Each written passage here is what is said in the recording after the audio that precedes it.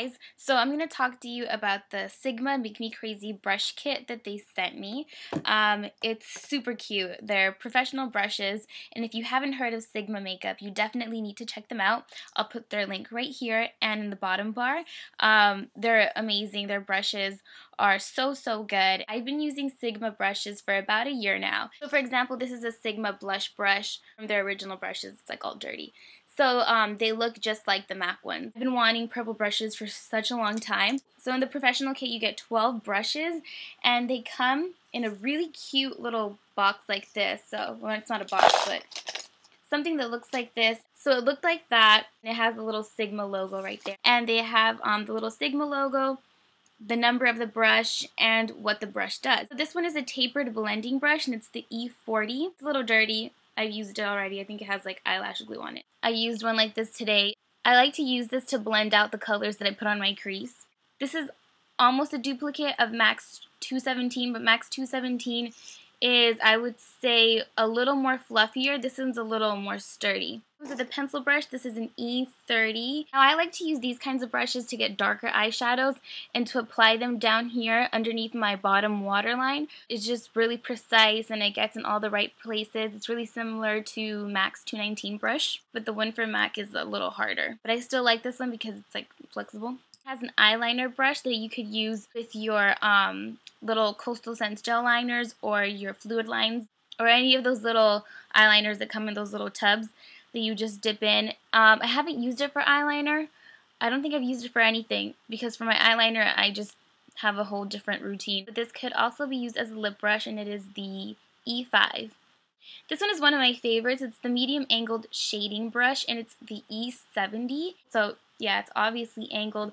What I like to use this one for is kind of like the same thing that I would use this one for, but I think I usually use this one first. So I go in with my color and I kind of place it on. Like it's really easy to just pack on the color in a certain area and go over it with this brush and blend it out. It just works for me. This one is a large shader brush. It's the E60. Now for this one, it's more of like a brush that you would use to pack on color in a certain area. There's a specific eyeshadow that I want to put on. I would use this brush. But mostly to put it on all over my lid. Really good brushes that you could use like any mixing medium with to apply pigment. What I also like to use these brushes for is to use the end with a highlighter color and then just on my brow bone. It just looks really good. And it's the E60. This one right here is a concealer brush. It's the F70. You know, self-explanatory. I would use this for my concealer. Honestly, I'll be honest with you, I like using my hands just because I feel like they blend in so much easier. I like using these kind of brushes to distribute like any eyeshadow primers, like any cream color bases and whatnot. So this one is the small angled E65, which could be compared to MAC's 265. So you could see the difference for yourself. It might look the same to you, but to me they're completely different. The MAC 265 is a lot thicker and a little more sturdier. The length is just a little longer and I like using it for my eyebrows. It never fails me. I could use this for my eyebrows, but I would prefer not to. I actually really like using this brush to apply more specific color. Like if I want to use any dark eyeshadow, I use this brush to really get that line and then I go over it with the pencil brush and kind of just smoke it out a little bit, especially because the actual little hairs on this brush are so delicate, so soft that it's more than fine to use under here, whereas this one for MAC, it's sturdier because I feel like it almost kind of hurts me when I use it right here on my bottom lash line just because it's just so, you know, sensitive right there. This one is called the eye shading brush and it's the E55. This is another great brush that you could use to apply a highlighter. What I really like using this one also is to pack on color on the crease before you blend it out. Because look, even though these are both shader brushes, just the shape is just 100% different. Like this one's like chubbier. I don't know how to explain it. And this one's a lot more flat. So this is just like to pack on color, and then with this one you can really get in those corners and then go ahead and blend it out with your other fluffier brushes. Then of course it comes with a foundation brush. I really, really like their foundation brush. This is called the Foundation F60. It's really, really soft. Like, I love it. It's not one of those foundation brushes that are like really hard. You know, sometimes you buy those and you're like, dang, like I feel like I have a paddle like hitting my head. I'm gonna have to say I like it more than MAC's 190 foundation brush. We'll also get a large angled contour brush, and it's the F40, and it does what it says, it contours. If you don't know what contouring is, it's just creating shadows on your face. You can get a bronzer, a matte one, or a shimmery one, and then just contour right here on your cheeks. You can contour on your forehead. You can also contour in this area if you feel like you have a double chin, and it just makes your face look a lot more, you know, smaller.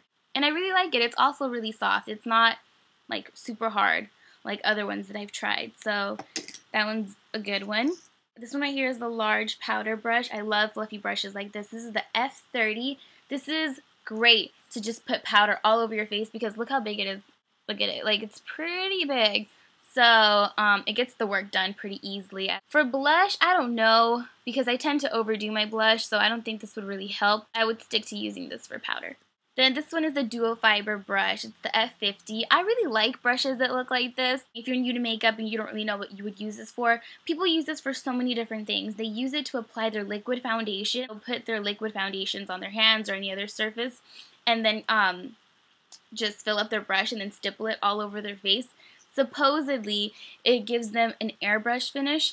However, I don't like it. Like, I've tried it, you know, I've given it a chance, and to me, it didn't come out so well. Like, I just saw a bunch of little swirly lines all over my face, and I still had to go over it with my hands. So that's not what I use it for. Since I tend to put on a little bit too much blush, and sometimes my face might be too powdery, this brush I use with no product on it whatsoever, and I just kind of buff out my whole face when I'm done with my makeup, and that way I feel like my blush is blended in a lot better to my foundation, and like any extra powder that I had on my face, it's gone. Like, I don't know, that's what I use it for. Like, I rarely put any product on here. If I don't use it for that, then I use this for powder. I actually like it a lot better than using this brush because I feel like with this one you could put on too much, and if you just use this one, then it usually comes out a lot more natural. It's just what I like to use it for. Go ahead. Check them out. If you're looking for makeup brushes, like, you have my word. These are really good brushes. And once you've tried them out, please feel free to let me know what you thought. So a big thank you to Sigma for sending me all these beautiful brushes. I'm so happy. They're the prettiest brushes I own, hands down. So yeah, that's pretty much it. Thank you so much for watching, and I will see you in my next video. Bye.